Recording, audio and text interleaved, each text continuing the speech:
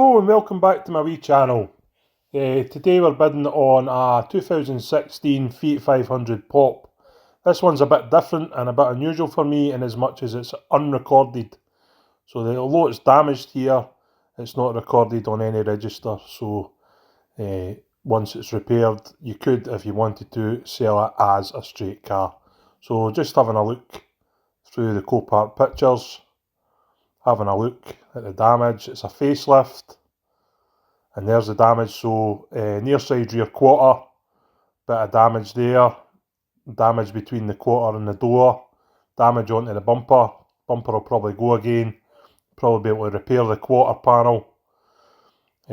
Door's probably got damage on it even though it's not obvious.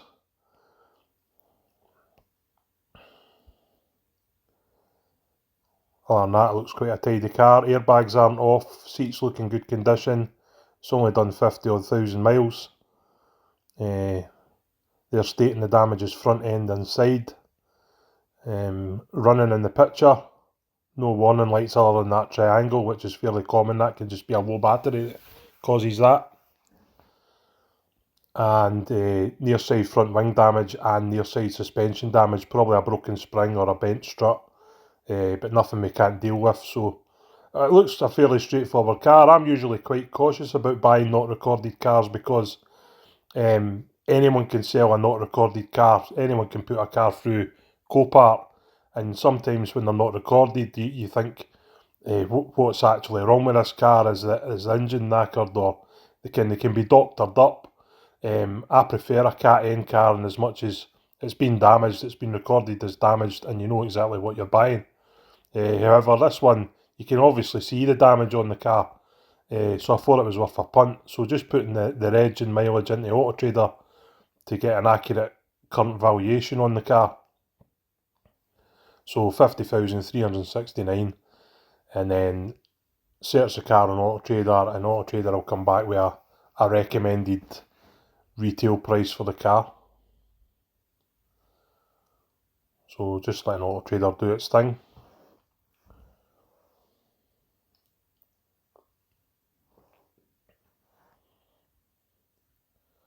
So Auto Traders came back with a price of 4878, so let's round that down to 4795. So usually, as you know, that my sort of calculations are based on, I usually go hammer price roughly 30% of the retail price, so that makes this car roughly about £1,500 plus fees. So that's roughly what I'll be going to on this car. I always find it quite difficult to value non-recorded cars because obviously they're worth a bit more than the equivalent recorded example. However, you have got to bear in mind that the car has been damaged and it will be a repaired car when you're finished, so it's not going to be worth 4795. I'll certainly be cheaper than that once the car's finished, but it's definitely going to be worth more than say a Cat-N equivalent. So I'm going to stick, there's a fair bit of damage on this car, so I'm going to stick at my 1450. That's what I'm going to hammer price.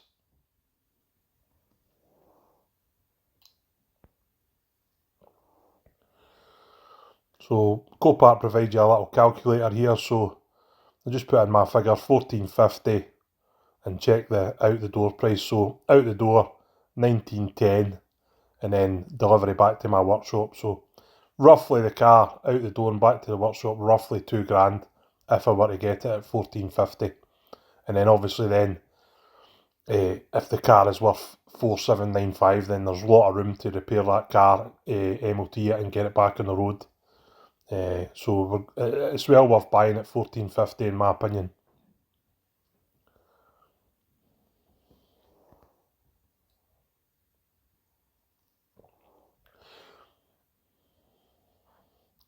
So just checking that all important MOT history, put the reg into the government MOT history, and MOT is expired on it. Expired on August 2025, so not that long ago. But then checking the previous history, it got an advisory free MOT the year before, and then the year before that it was just a few sort of minor advisories. So it looks a decent car based on its MOT history. Yeah, definitely going to have a go at this one. Let's have a bid and see if we get it for the 1450 or under.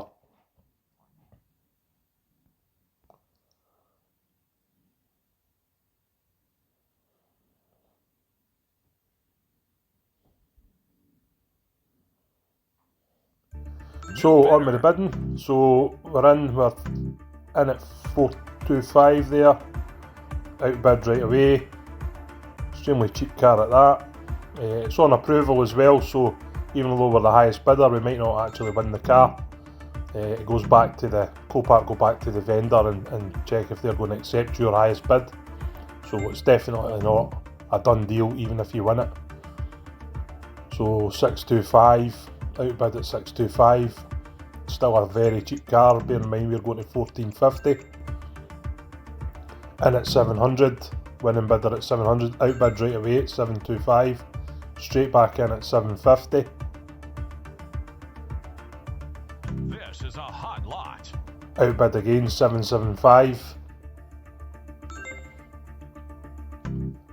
Straight back in 800. Outbid. Someone else wants this car as much as we do. 825. Outbid.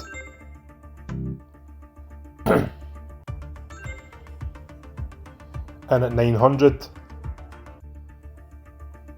Still a cheap car. Bidding slowed down on it. Are we going to get this car?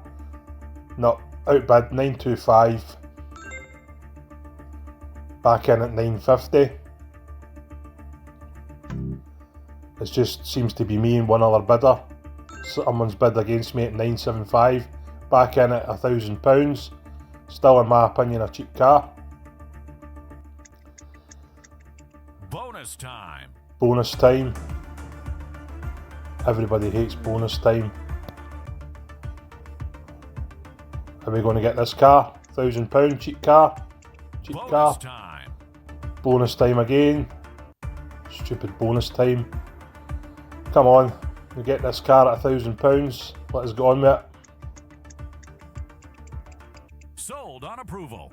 Yep, sold on approval. And with a bit of to and fro, we got the car for £1,000 plus fees. Cheap car. And here it is back at the workshop on the ramp. Bit wet, it must be a rainy day when I brought this in. And just having a quick look round it. See if there's anything else we can see wrong with it. There's that damage on the near side rear quarter. Looks exactly as it did in the picture. Maybe slightly worse, and you can see that door's damaged now as well. However, I think that door will repair as well. Certainly better repairing a door than replacing it. And then replace the wing with a new wing. That's beyond repair. And as we know, there's a bit of suspension damage. Bonnet looks okay. Front bumper, tiny bit of damage on the near side corner that'll repair. Damaged daytime running light. All looks fairly straightforward, bread and butter repair. Nothing too complicated. And it's been quite a clean car pre-accident. That's interior as it arrived. Digital stereo, upgraded stereo, and 50,369 miles. And I think this one, from memory, I think it came with full service history as well. So we really want to watch with this car. I think it's a decent buy. I'm looking forward to getting on and getting this repaired. So that's all the damage sort of marked out with yellow marker, just to see. Once you start sanding, it's sometimes hard to see the dents, spot the dents that you need to repair. So I've just marked them out with yellow here, and the wing's off, and you can see the suspension damage in there as well, which we'll deal with at a later point. But fairly straightforward repair, just all sort of filler and primer work at this stage. Get it all nice and straight, and then we'll get it painted. If you're watching this and thinking this seems familiar, this car, it's not. We've done another coral pink car with almost the exact same damage. It's purely coincidence. I think the last one was slightly worse damage than this from memory. But it's definitely a different car. This one was not recorded. The last one was a Cat N. And I've actually had this car repaired for a wee while now, and held it back for the channel because it was too similar to the one we'd just done. So there's been a video or two in between, but I can't sort of, the damage is the damage, and this repair is slightly different, so I thought it's worth putting on the channel anyway. So on with it, as you said, on with the pin puller there and the bridge, and got it all sort of pulled out and got the quarter level with the door, and then just sort of reworking that shape, getting the swage line back into it, and get this, basically at this point I've got the main dent pulled out, and then I worked it with the pin puller and worked around all the other dents, just pulling them out as best I can, getting them all kind of level. I'm not looking for perfection. It's going to get a small skim of filler. There's nothing wrong with that. But just, just pull them out the best we can, and get them sort of as level as we can, ready for a very light skim and a rework. And you can see there it's looking a lot okay, it's not pretty, but it's looking a lot straighter than it did, and I'm actually quite happy with the way this one came out. So there's a first skim of filler. The filler I use is U-Pol Fantastic. It's quite an easy sand filler, it goes on really nice, and that's just the first skim. I need to get myself a bigger spreader, because I could probably have made a neater job of that with a bigger spreader, so I'll need to buy one. But and I filled right up to the door there. It looks messy, but it means that the quarter's then level with the door, and there's no sort of messing around. And then that's all that filler sanded down, and then another skim of Catalloy just on a few low bits, just to perfect it.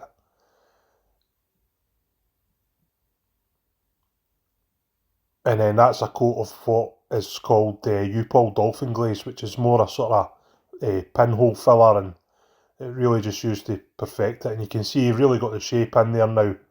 And what are we on to? Sort of 3 skims, and we're just about there with it. Quite happy with that. Came out really well. So that's all the Dolphin Glaze all sanded down. All I've got to do now is just finish off that rough door edge where the filler sort of went in round the corner, using a bit of guide coat just to get it all nice and level, and looking ship shape before we hit it with primer. But I hope you agree that it was worth repairing that door, and yep, there you go, happy Stuart. And then on with some Roberlo high build 2K primer over the whole repair. Just slowly applying it. I've got it on the car on the ramp. There's no point in putting it in the booth. The primer doesn't really travel the same as paint, so I can sort of keep the sort of overspray local to the car. So I've just got it on the ramp. I've got my mask on, and I'm just doing all the sort of spot repairs, repairing all that primer, and getting a nice, usually I put 3 coats on and then block it down, guide coat it and block it down, get it perfect. And I'm not going any further up than I need to. But again, trying to avoid that rear quarter window. We don't want some big mad build round the window rubber that looks ugly, so we're trying to keep it as local as we possibly can. We repair on that back bumper as well, which I caught. And the bumper's still on the car, just so that we could have lined it up to the damaged quarter and make sure everything was lining up bang on before we went ahead and started the primer work. So just laying on this nice thick even coat, high build Roberlo 2K primer.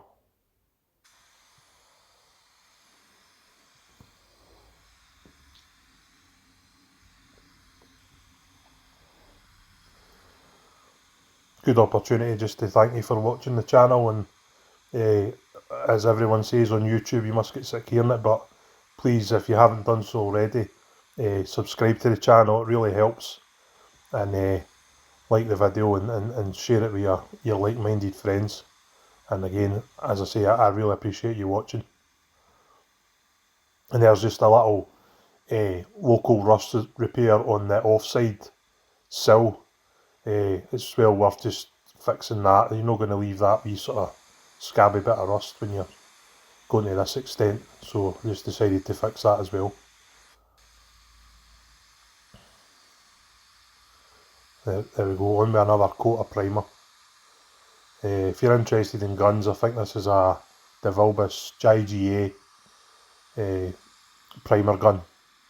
It's the only DeVilbiss product that I use. All my other guns are Iwata, but I use this primer gun. As you can see, it puts on a really nice thick wet coat of what is really quite thick product. You couldn't lay this on with a normal spray gun. I can't remember the exact air cap setup on this gun, but it's designed specifically for high build primer. All the gear, no idea, as they say.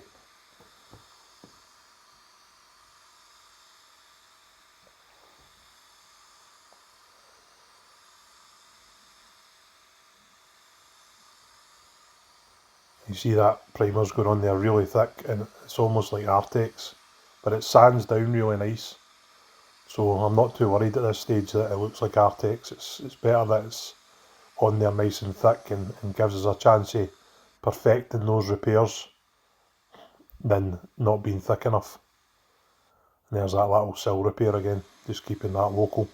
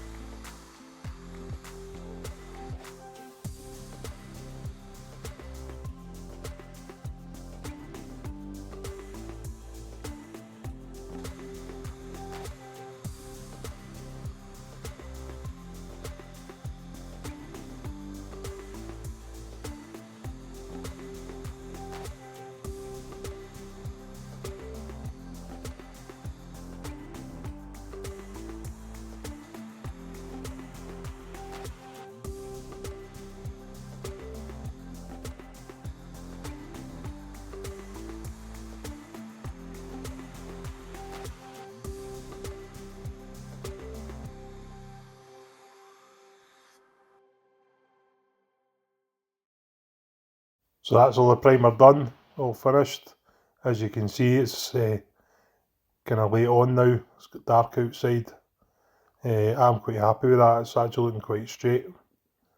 Next thing is to get it guide coated and then all fully blocked down with 320 grit sandpaper and then 500 grit on the DA. Get it all ready for a coat of direct gloss. So that's it now in the booth, all masked up, it's all been sanded down.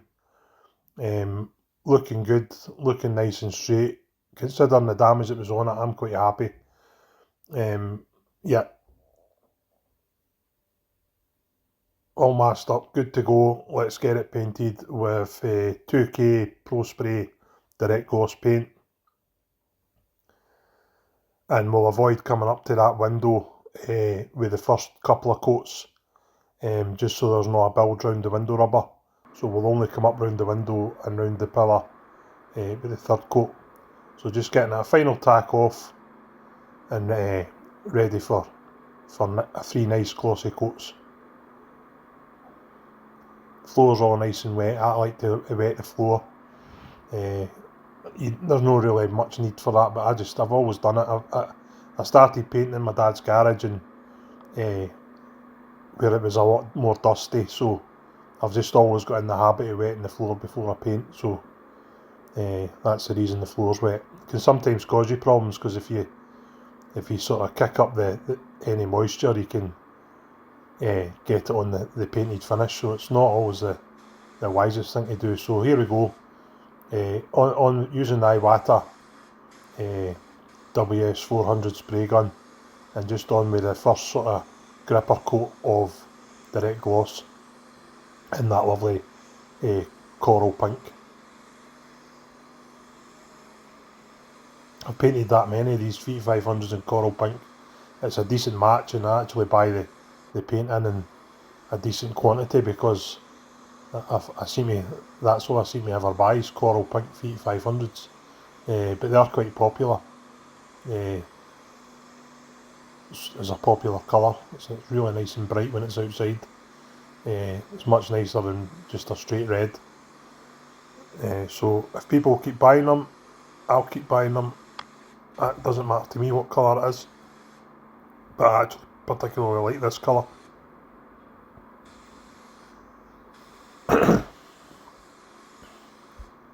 So that's us on my second coat. Just going a bit heavier now. That gripper coat's on there, we can afford to go just that little bit heavier. And just getting down. I hate seeing sort of dry sills, and it's quite hard to get that low down and keep the gun sort of parallel. So I try to focus on getting as much paint as I can low down. As I say, not coming up to that window at this stage. We'll leave that. There's already paint on the car, so we'll leave just a single coat up round the window, so there's not a big crazy build. And again, focusing on that sill. Sorry about the head cam angle there, but there's not a lot we can do about that. But just making sure that sill's all nice and shiny and not left dry. How many cars have you seen that have been painted and they look great, and then you put them up on the ramp and the bottoms of the doors are all dry and the sill's all dry? Try not to do that.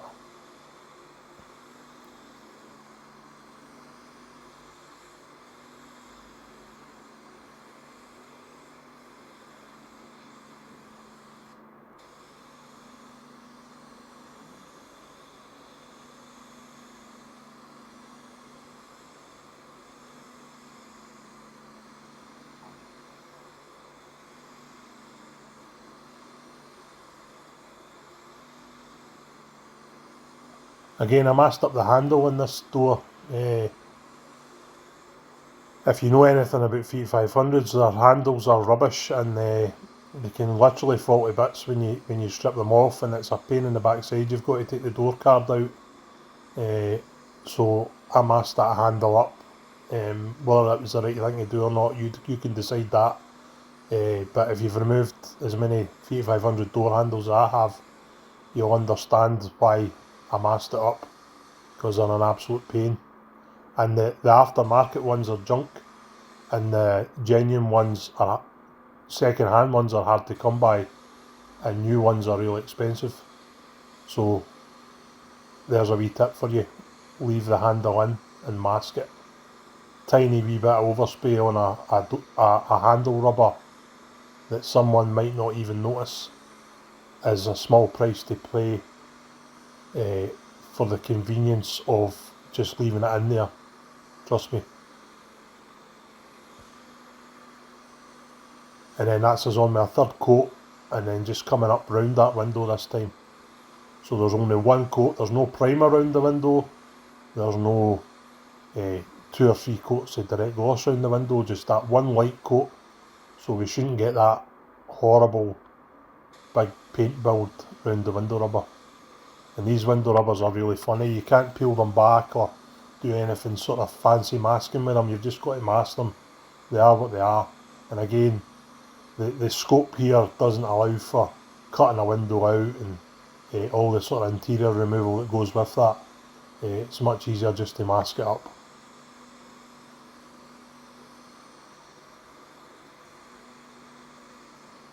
So just a nice slow even coat now.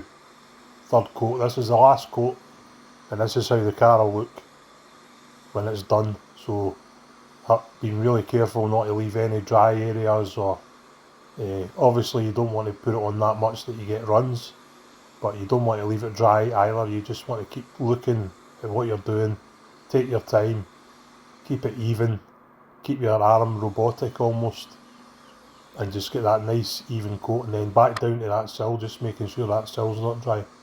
We definitely don't want dry sills.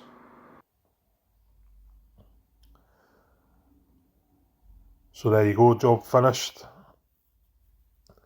The camera doesn't handle the colour very well in the booth. It really doesn't look like that in real life. It looks more orange as I look at it now, but trust me, it's more of a sort of salmon pink colour. And you can see the repairs turned out okay. There's no any sort of big major waves or anything. I'm quite happy with that. There's no any dirt nibs or anything, so this probably won't even need polished. Straight out the door. Yep, looking good.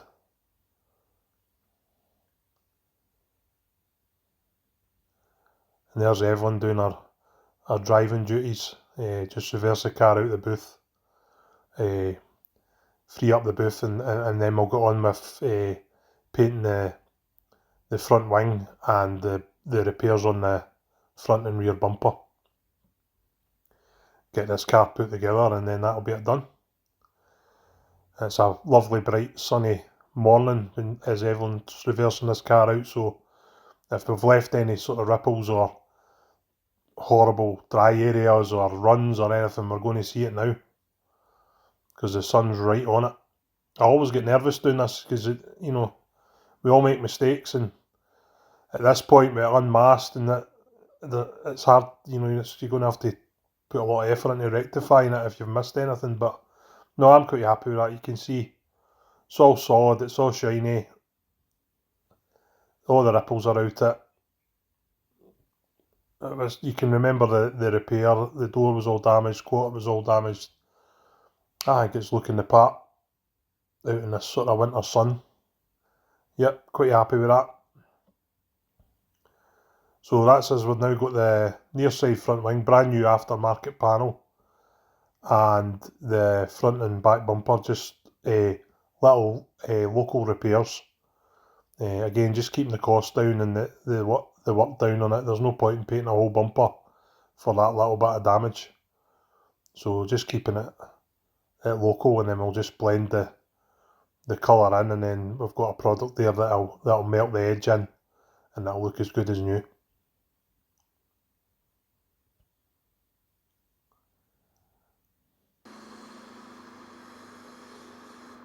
So first coat's just a wet and wet HB Body wet and wet primer, just a grey, and it's just a light even coat of wet and wet. Just takes in all the sort of rub through edges and any imperfections in the e-coat. You should never just paint straight on the e-coat. It's not designed to, it's too hard, and it's not designed to take paint straight onto it. Hundreds of people do it. You shouldn't do it. You should always put a coat of something on it, wet and wet, bare minimum, and then on with the first coat of colour. And again, as I keep saying, catch all the edges first. Make sure you don't miss any edges. There's nothing worse. Catch all your edges and then lay on the first coat of colour, and keep the first coat relatively dry and build on it. Do not pile on the first coat, because it will fall off the panel. Just a nice dry coat. And then just catching those little repairs and keeping them as local as I possibly can.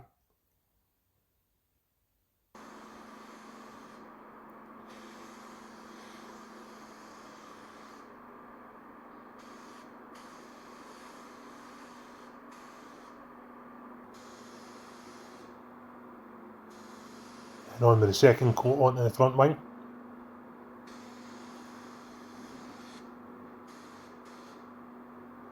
Catching all those edges again.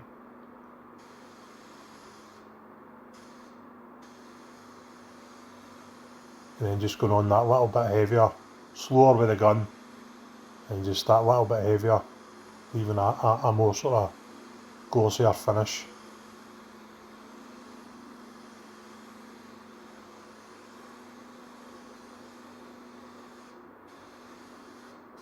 Again, I'll ask you again, sorry to keep asking, but if you haven't done so already, like and subscribe.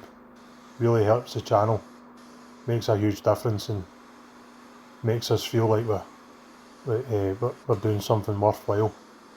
Really appreciate it. Trying to get to 1,000 subscribers. I think we're at about 570 subscribers. We only started a few months ago, so or we only started in earnest a few months ago, so I think we're doing okay. And again, I'll just take the wee opportunity just to thank my son for editing these videos. He's at uni studying film and media, so it's good practice for him, but he's had work to get handed in for the end of the year, so he's been busy with that, so I've not been putting pressure on him. So we're a bit late with this video. Doesn't really matter, uni work comes first. This is a hobby for us, so I appreciate him doing it, and the videos are ready when they're ready. Maybe once he's finished uni or over the summer we'll be a bit more consistent, but his uni work definitely comes first. But again, thank you Jack for editing them, appreciate it.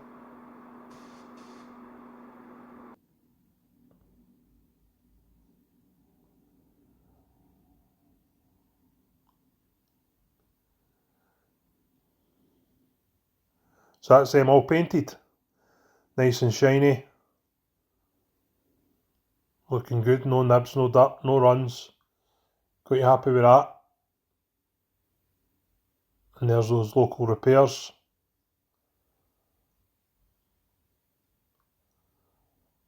Yep, getting away with that. Once that's polished in, that'll be fine.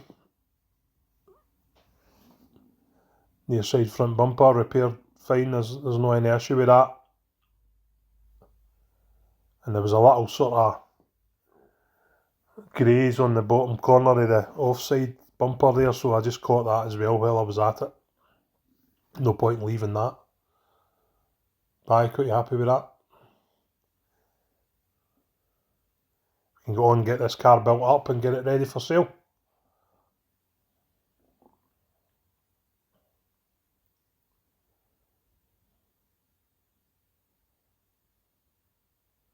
Yep, all good. So car back on the ramp and ready for building up.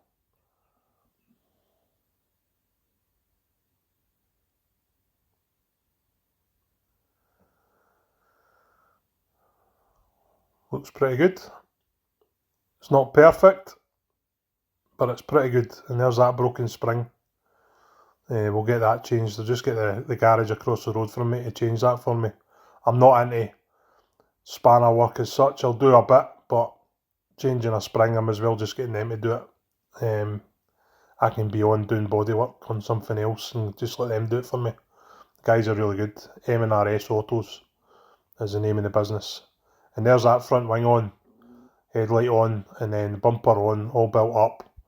And at this point I've done front discs and pads on it as well, which are badly needed, and I serviced it, changed the oil and filters, got it ready for sale, and it gets another stamp in the book, and it gives me peace of mind. And I've undersealed the back axle, which can get a bit crusty on these, but it wasn't structurally unsound, it was just a bit crusty, so I like to underseal them just to get give them a bit of longevity.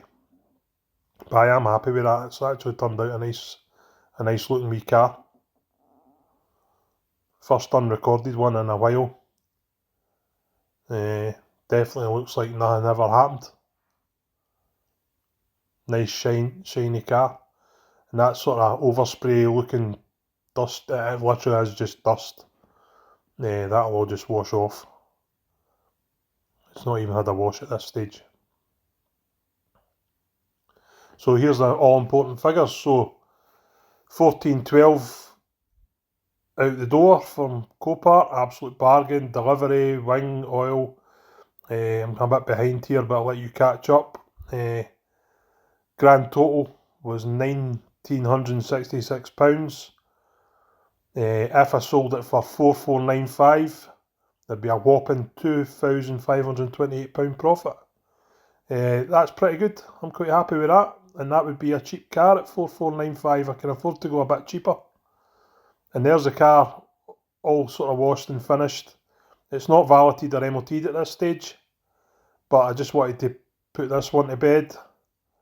I'm still waiting on an eagle-eyed viewers will notice there's no antenna, so I'm still waiting on an antenna for it. And it's still to get a nice valet and a fresh MOT. And then I'll have this one up for sale. Probably start it at 4495. See how we go with it. MD come to see it, I probably will tell them that I've done a fair bit of paintwork on it. It's not a crime. I'll point out, and I'll happily show anyone this video and any other videos or bits they want to see or photographs that I've taken of it. I don't hide anything. I think it's a nice looking car, and I think it's worth its money. Yep, quite happy with that. Let me know what you think in the comment section. Again, like and subscribe. Really appreciate you watching to the end, and we'll see you shortly on the next one. Thanks very much.